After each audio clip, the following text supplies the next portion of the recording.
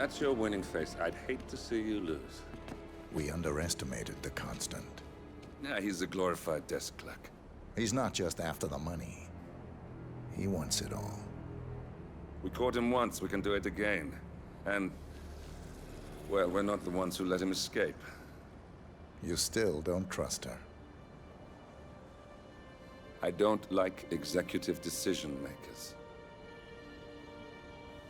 Look, you don't have to follow her, you know? Soon, this will be over. Maybe it's time to think about the future. You have to face the possibility that there's no going back. If the ICA knows what you did... She'll make it right. She always does. We have a fix on Carlisle. Come on. We've got a plane to catch. I hope you like the rain, 47.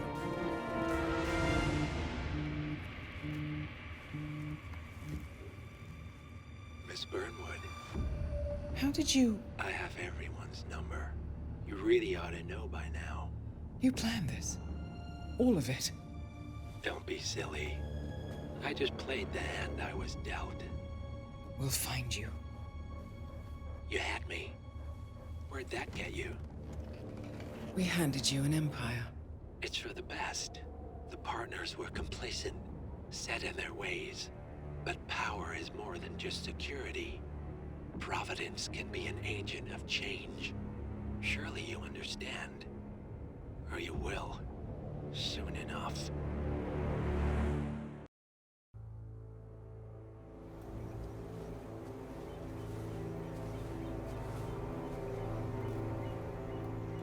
She came home. Carlisle's lost an empire. You fall hard enough, you tend to be reminded of what truly matters.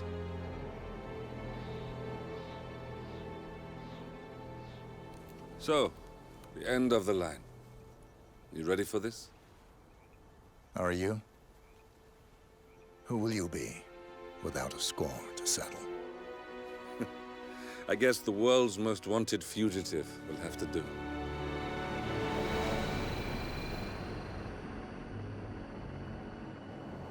Alexa Carlisle is dead. According to the funeral invitation, that is. So naturally, it caused quite a stir when the late matriarch turned up at the breakfast table, alive and kicking.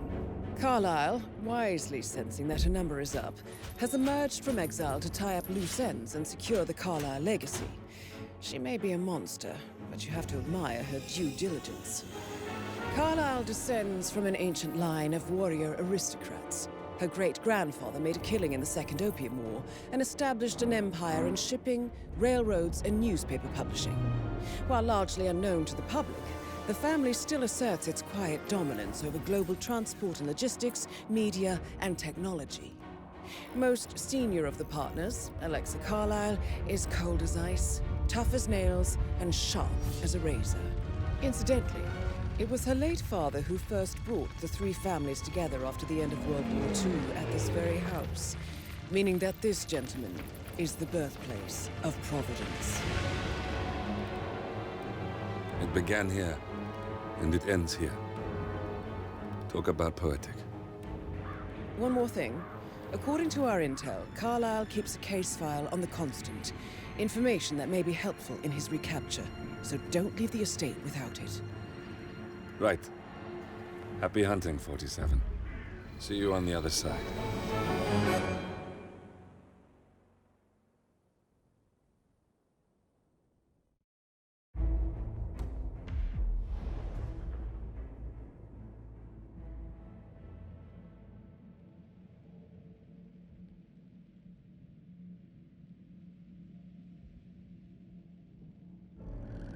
Thornbridge Manor. The Carlisle family's home for countless generations. The Revenant Alexa Carlisle and her 3 adult children, younger brother Zachary, grandson, and daughter-in-law, are all gathered to conduct Carlisle's sham funeral. Curiously, Carlisle summoned a famous London PI soon after arriving this morning, but his purpose at Thornbridge is yet unclear. Now, the target knows that you're coming, and her guard detail is top-notch. So Mr. Gray will secure their nearby field HQ and intercept all calls going in and out of the estate. Any appeal for backup is going to fall on very deaf ears. Good luck, gentlemen.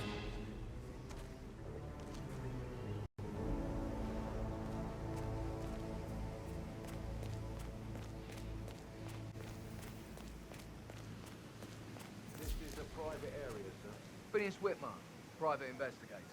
I have an appointment with Madame Carlyle. Please wait. Mr. Whitmer is here to see Madame Carlyle. You can go right in. That is Phineas Whitmer, the famous private investigator hired by Madame Carlyle this morning. I'm curious why he's here. Maybe you should do some detecting yourself, 47. A famous private investigator summoned by Alexa Carlyle has arrived at Thornbridge Manor. If you take his place, it may be an opportunity to get close to Madame Carlyle.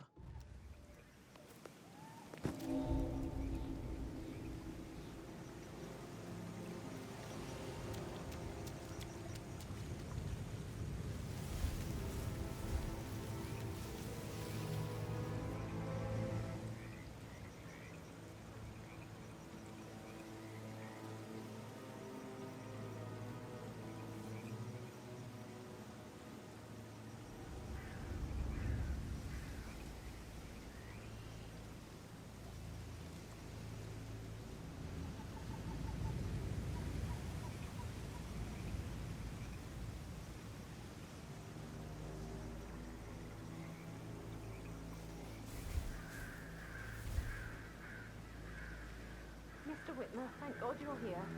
Can I take you to Madame Carlyle? Please do. If you'd follow me.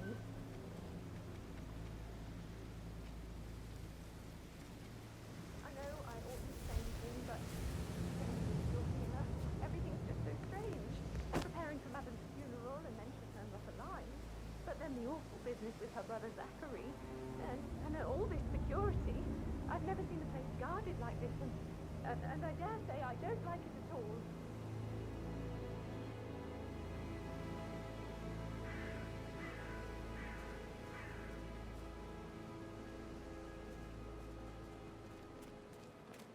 This is what I mean.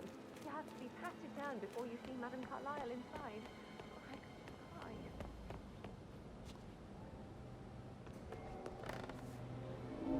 I just need to check.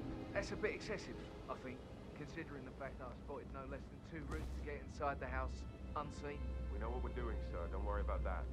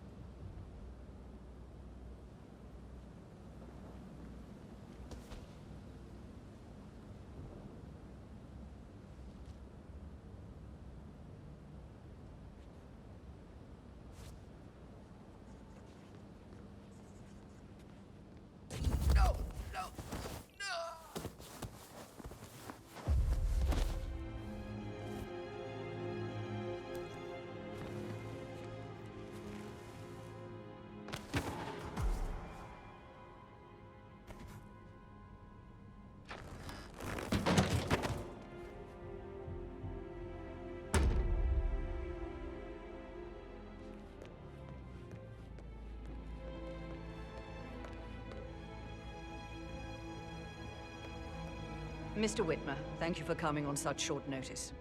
A great tragedy has fallen upon us, and I need a quick resolution, handled with absolute discretion. Results and discretion are my speciality. Very well. I suppose you will want to start at the crime scene. In my experience, a thorough examination of a potential crime scene is half the job done. Good. Fernsby will take over from here. I am Mr. Fernsby, the butler. Madame Carlyle has asked me to assist you in any way possible. Mr. Whitmer, I understand that you've traveled from London. Would you care for some refreshments? Or do you prefer to go straight to Mr. Zachary's sleeping quarters? I prefer to get started. As you wish. If you'll follow me, sir. Looking good, looking good.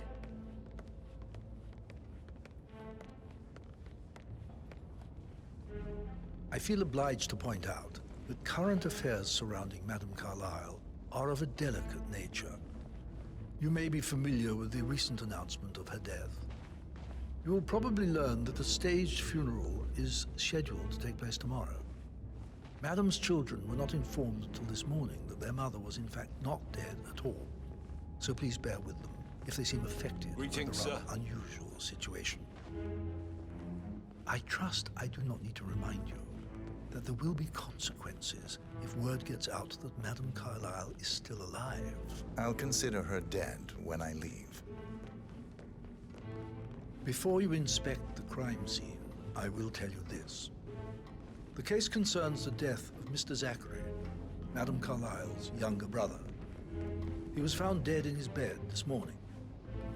The door was locked from the inside, and a suicide letter was found in his room. However, Madame Carlyle suspects foul play and will not accept that he took his own life. I've prepared some information for you, so please do come and see me when you've finished your investigation of the crime scene. This is Mr. Zachary's room, to my right.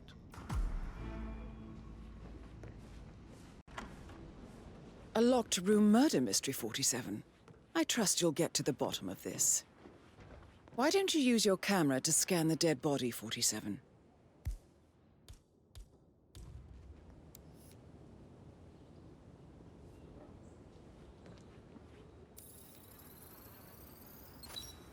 Throat markings indicate a rare, short-lived plant poison killed him. Spread shows time of death at around 10 o'clock last night. You do know your poisons, 47.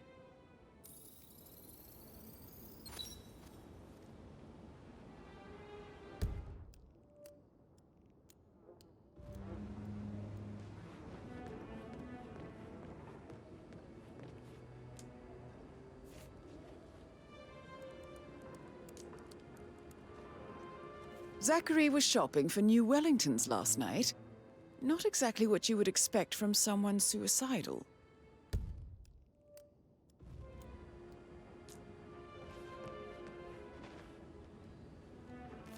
Zachary's suicide note. Also, a sample of handwriting. It could be relevant to compare to other samples to establish its authenticity.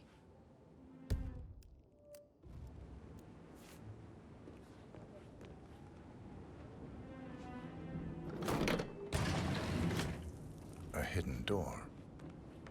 It's a secret passage. This could explain how the door was locked from the inside. A photocopy of the floor plans. Somebody's been researching the secret ins and outs of Thornbridge Manor. I believe you've done a thorough search of the crime scene, 47. Maybe it's time to see the butler. I'm curious about the information he's prepared for you.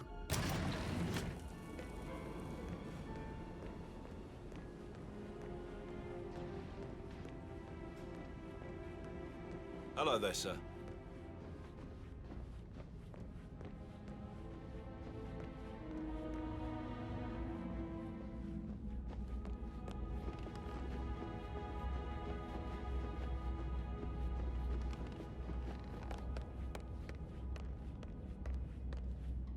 Mr. Fernsby, I'm done with the crime scene.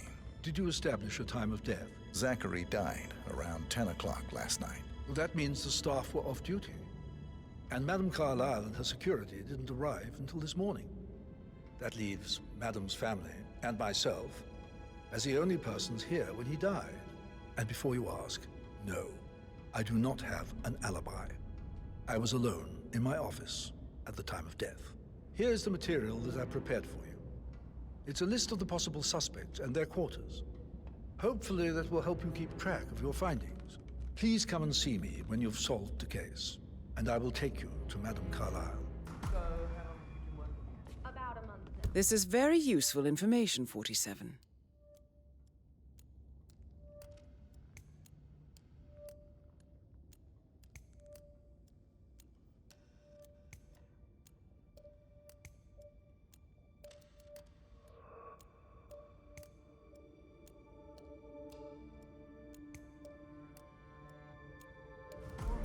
So how does one solve a murder mystery, 47? Motive, means, and opportunity, I believe. May I suggest you ask the suspects for alibis? Or perhaps you prefer searching the manor for clues first? I'll take you somewhere really nice. Spend a few bucks. A girl like you deserves that. I don't know. Patrick Carlyle, can you tell me where you were yesterday evening? Shit, it's that sneaky butler, isn't it? He ratted me out. Elaine, give us some privacy, would you? Don't tell Mother, okay? She's really tense these days, and the last thing I need is more hassle. I took that pretty blonde, Rosie, for an evening stroll. I mean, how the fuck am I expected to cope for an entire weekend in this shithole? I'm bored out of my mind. So, is that it? What did you think of Zachary? Creepy as hell. No ambition. Imagine deciding to live in a museum. You know, Father says Zachary and Alexa used to be two of a kind. He had a great future ahead of him, then suddenly, he just gave up everything. What an idiot. Thank God Daddy chose looks and brains over pedigree when he married Mummy. I don't have to worry about the inbreeding so customary in these circles. If that's all, I think I'll get back to my slow death by boredom. Did you see anything suspicious last night? No. I reckon Zachary topped himself. I know I would have. Or perhaps Mr. Fernsby. I don't like him. He could have done it.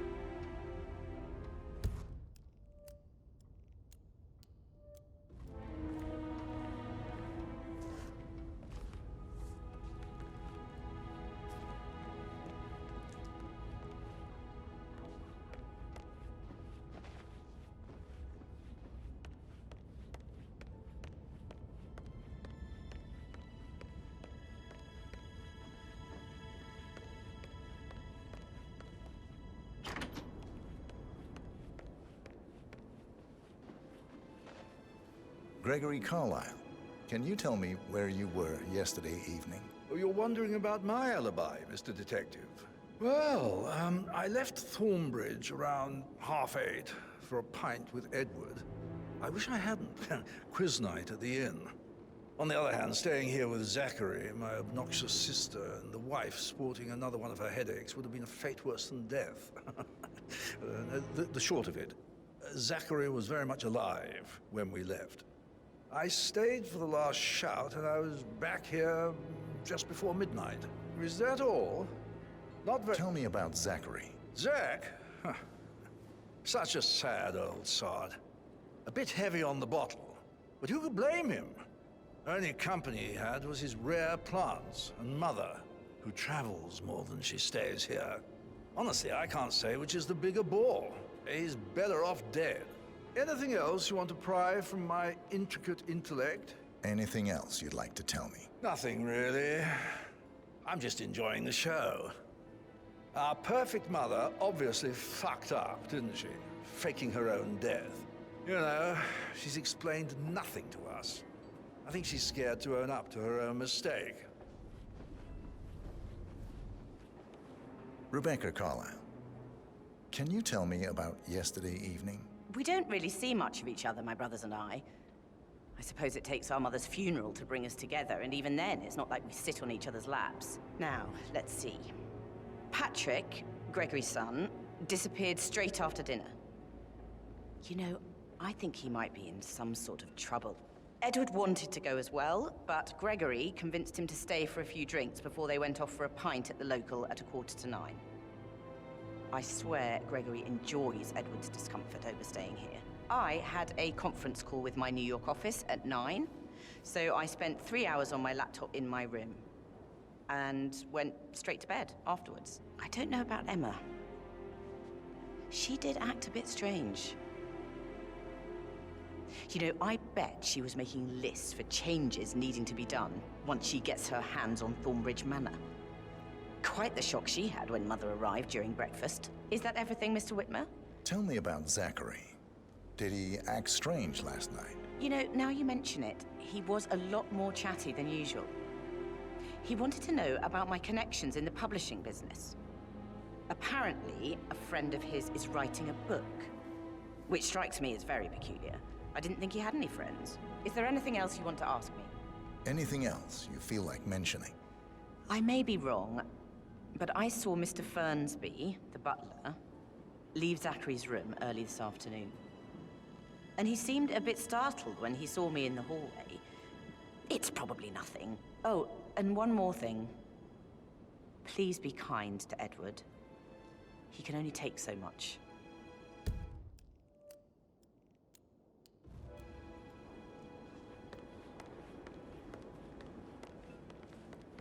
Emma Carlyle, can you tell me where you were yesterday evening?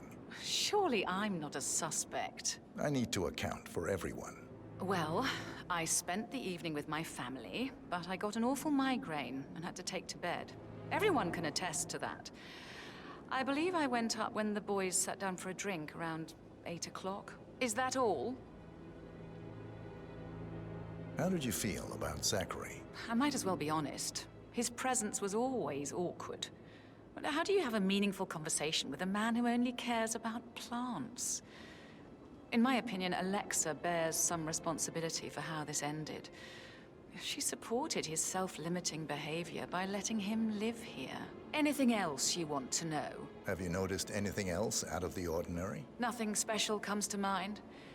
Except, perhaps, I did get a feeling that Zachary was depressed, not just sad. I suppose he realized that he had no one with Alexa gone. Even Alexa must feel the pangs of guilt over that one, letting him believe she was dead. Then again, guilt isn't her strong suit.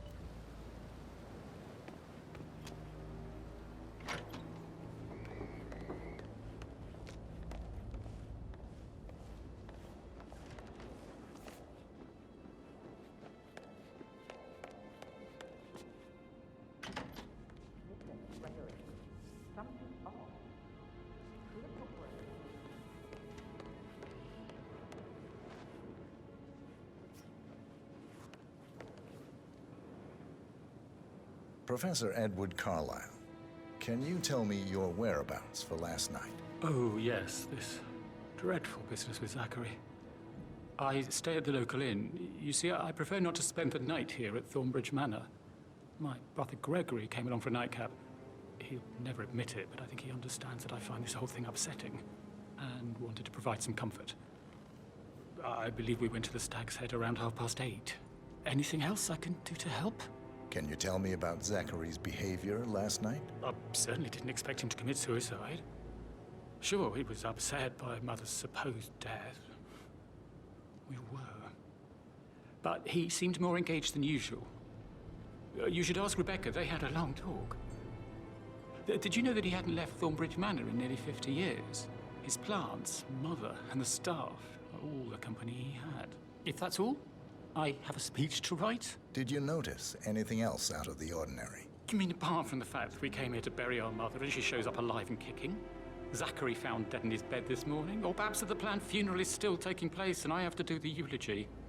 And Mother will surely have a strong opinion on it afterwards. I can't breathe. Excuse me.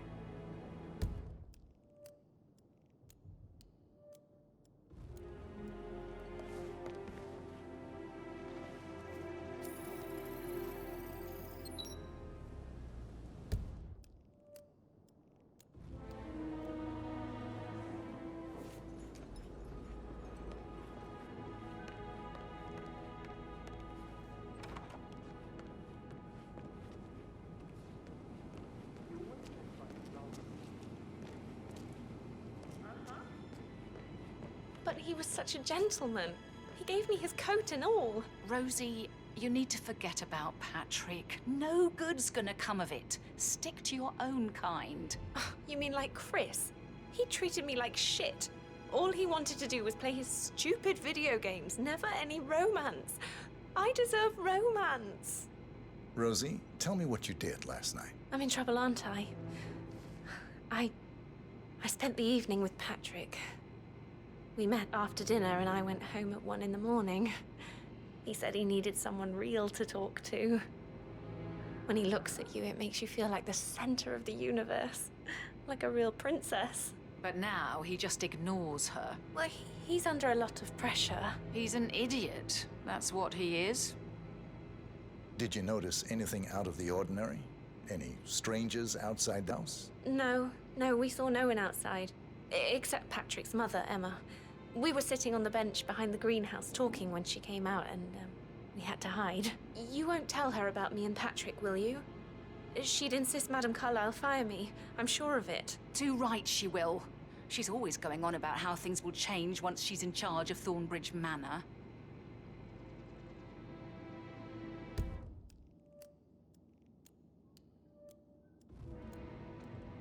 How are things coming along inside?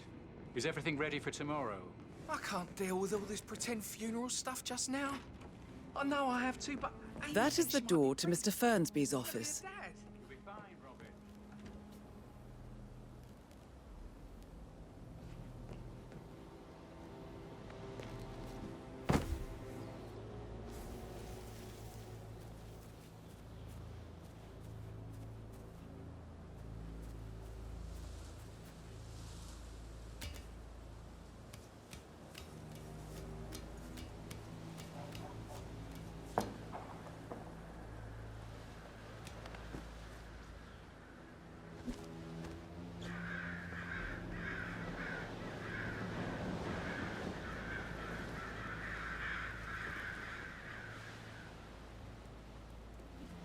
This is Rebecca's room.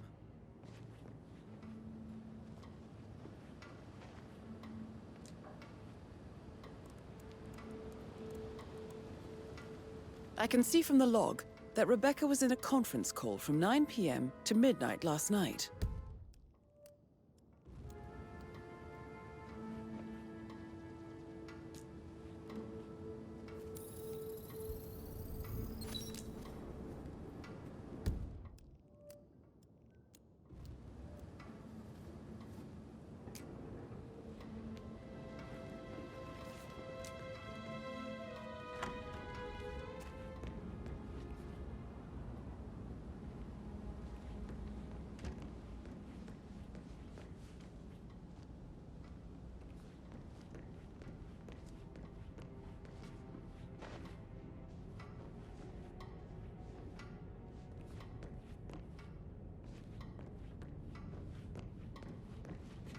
Yeah, keep it real.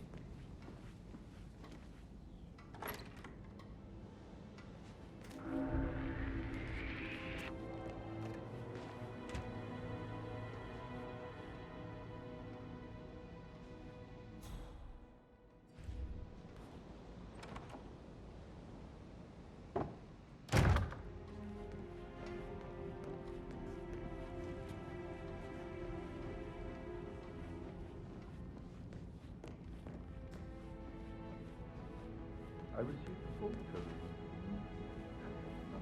With a handsome face like that, I bet you work with a lot of high-profile celebrities. I should take you back to... All right, later. That door leads to Emma and Gregory's room.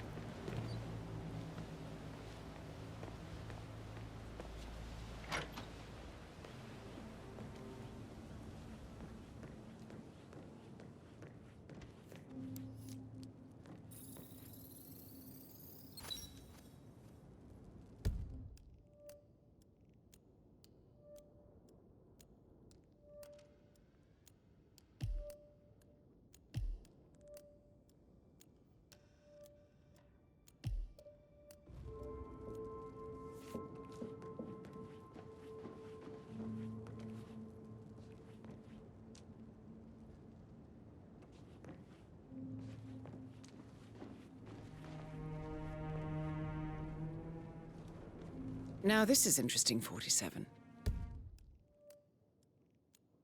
A letter from Emma's mother stating that Emma is the illegitimate child of Alexa's late older brother, Montgomery. And listen to this. She claims to have witnessed Alexa and Zachary murder him. The plot thickens. I should get back to... A pin in it, yeah. Right, yeah. Sorry.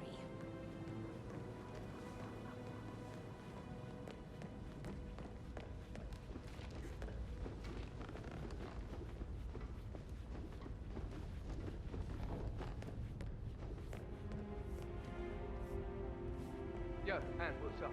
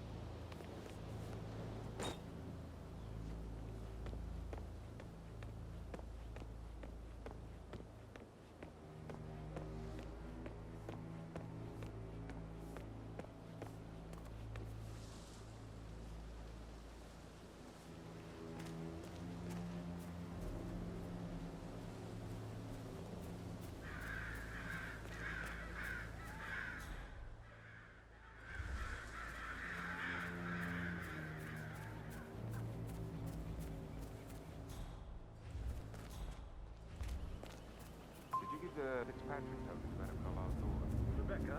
Yes. She's insistent, that one. She kept asking all kinds of questions. Who had the other one? Why I gave it to her, that sort of thing. You did make sure she didn't see you give the other one to the butler? Of course.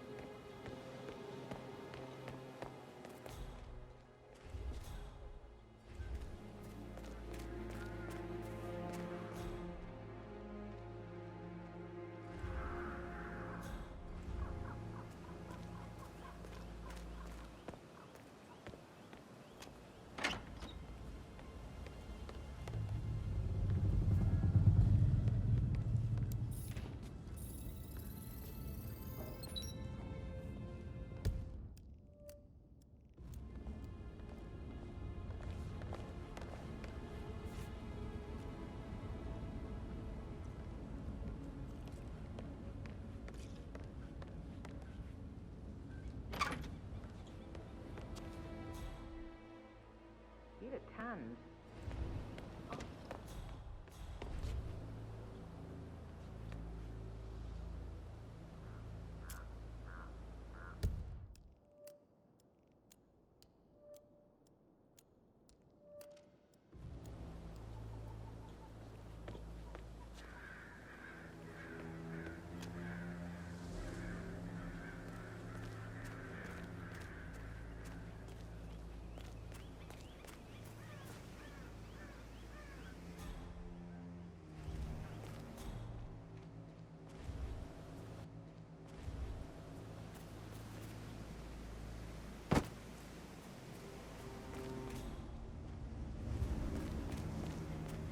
I doubt that's true, though.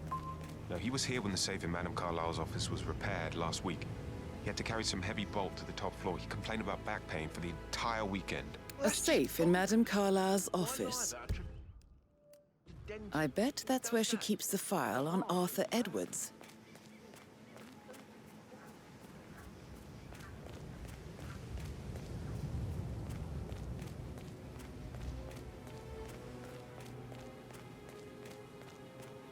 I don't believe for a second that Zachary committed suicide. We'd only just run through his plan for the precinct yesterday. He was upset, believing his sister was dead. I'd say worried about how things would be handled with Gregory and Emma taking over. I said they let him stay here, but Ethel was sure Emma would throw him out first chance she got. And now we'll never know. Oh, my. It's hard, Andre.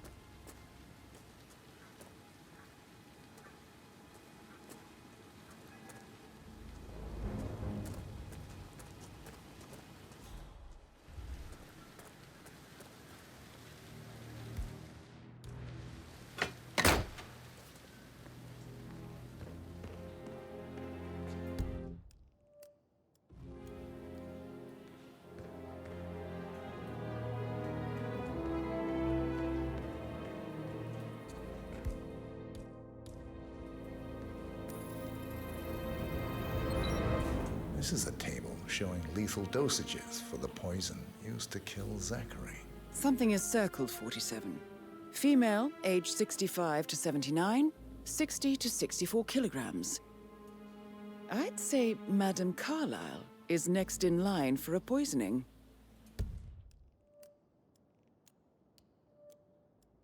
Broken lab equipment.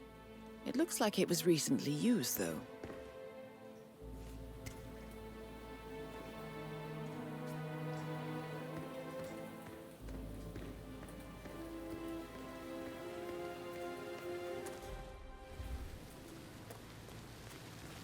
Bad news, I'm afraid. We don't have any extra fuses. And it's everywhere.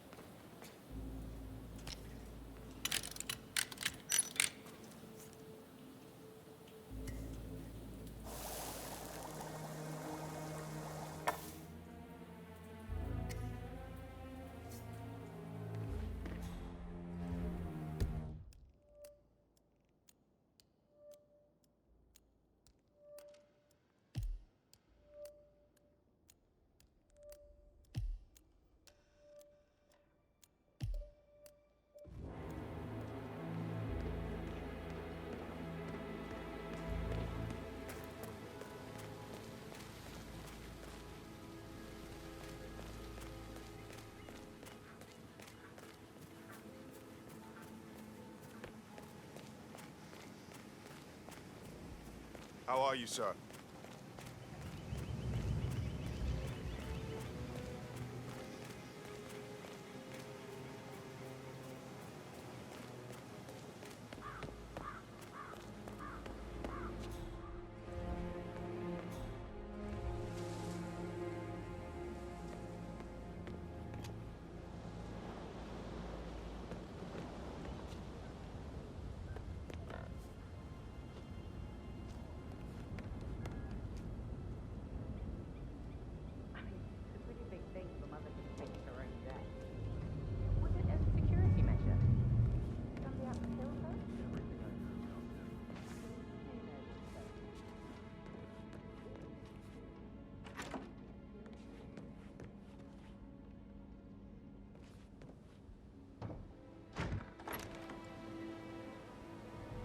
How's everything coming along? Then? Very well, Mr. Fernsby. Make sure you focus on your work. I will. I don't need one more maid crying in the kitchen. So watch yourself around young Mr. Patrick. Don't worry about me. Mr. Patrick, can I do anything for you?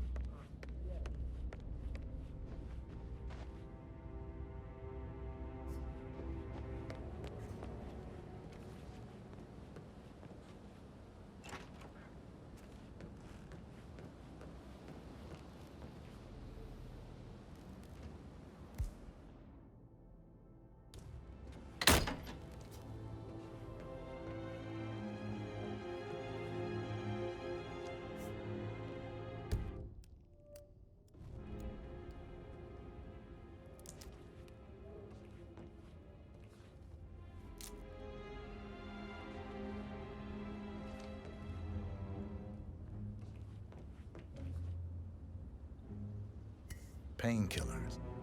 Lethal if you use enough of them. But not the poison used to kill Zachary. Of course, Madame Carlyle doesn't know that. Are you considering to frame the butler, 47?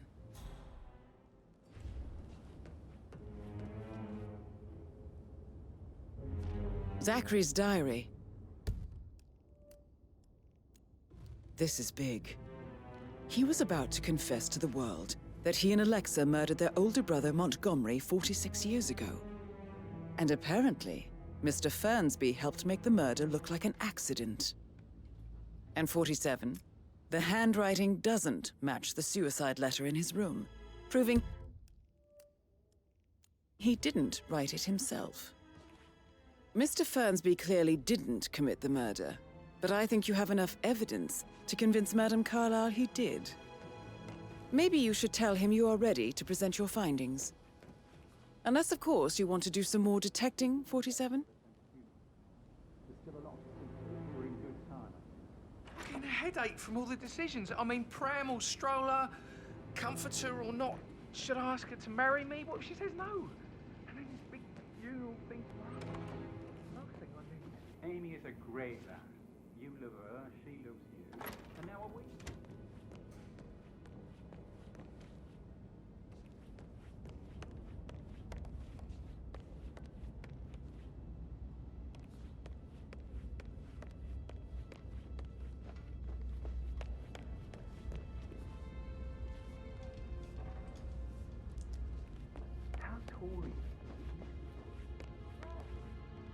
I'm ready to present my conclusion to Madame Carlyle. Very well. If you'll follow me, sir.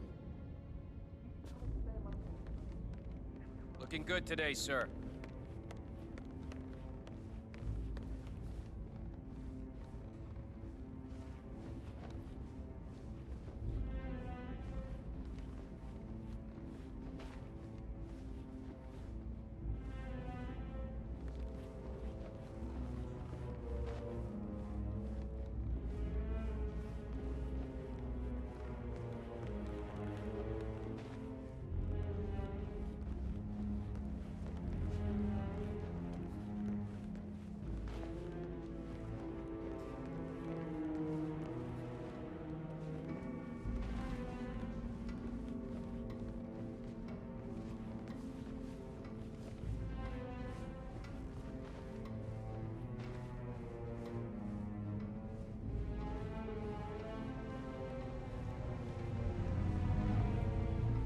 How are you today, sir?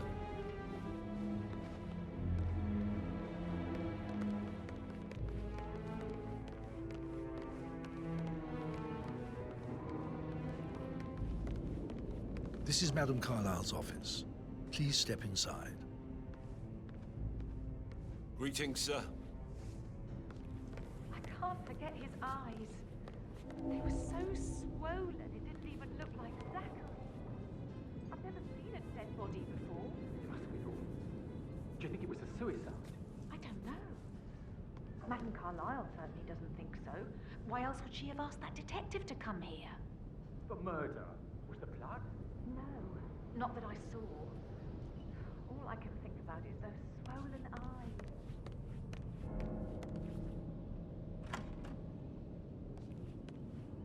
Your detective skills have given you access to the Lion's Den, 47. Now, go claim your reward. So, Mr. Whitmer, you've reached a conclusion. Take a seat. Please, go ahead. The butler, Mr. Fernsby, killed Zachary. Fernsby? Oh, you've got that wrong. He would never do such a thing. He is the most loyal man I have ever met. I found pills in his office that matches the poison that killed your brother. Furthermore, I found Zachary's notebook, half burned, in Mr. Fernsby's fireplace. It showed that Zachary intended to publish a written confession to a murder the two of you committed nearly 50 years ago. The murder of your older brother, Montgomery. That's outrageous. We did no such thing. No need to feign innocence. I know a killer when I see one, and my discretion is assured. The papers also described how Mr. Fernsby helped you stage the murder of Montgomery as an accident. I believe he killed Zachary not to be exposed as an accomplice to murder. Sweet Fernsby. You are wrong, Mr. Whitmer. He did not do it to protect himself. He did it to protect the Carlyle legacy. Mr. Fernsby, like myself, understands that sacrifices must be made to secure stability and prosperity. Mr. Whitmer, I'd appreciate it if your findings never leave this room. I understand Fernsby's actions, and there is no need for them to have more consequences than they already have. Fernsby was very fond of Zachary, and I'm sure his decision will haunt him to the day he dies.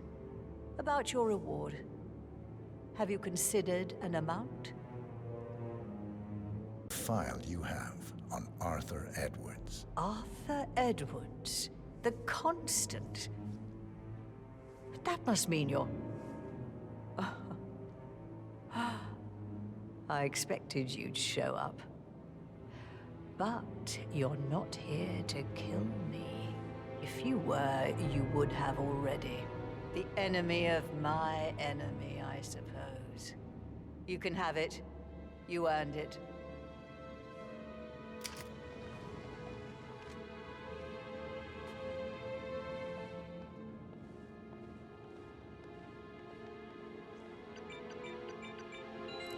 The file you want is in the safe. Good hunting. I need some privacy. Hello, sir. Thank you.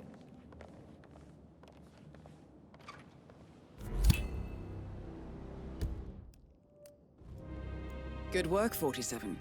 That's the file on Arthur Edwards secured. Time to take care of Madame Carlyle.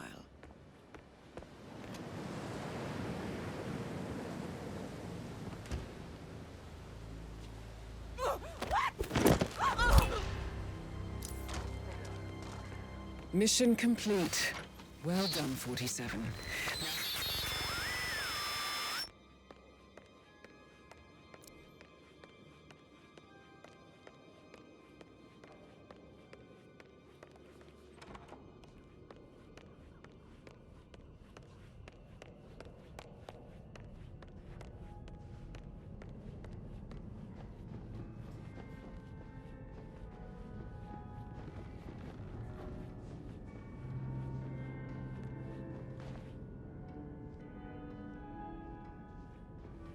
Hi.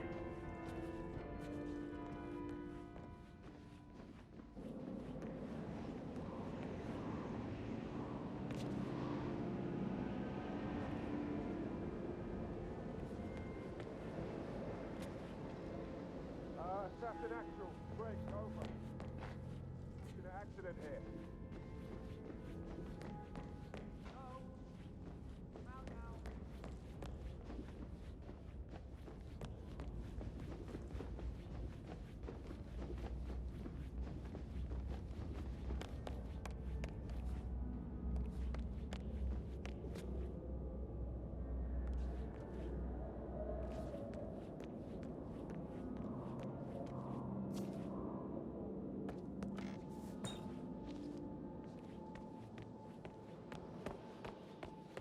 Oh, by the way, I told Kate about those texts. What did she say? Well, I thought she'd be mad at me, but she just thanked me. Said she understood the position I was in. We had a really good talk about it, actually. Oh, what did I tell you? She's a sensible woman. That's up to your actions like manipulated. I know. I guess I thought...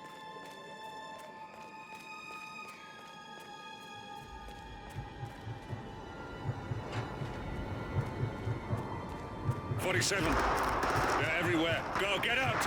It's the Constantine. Shit!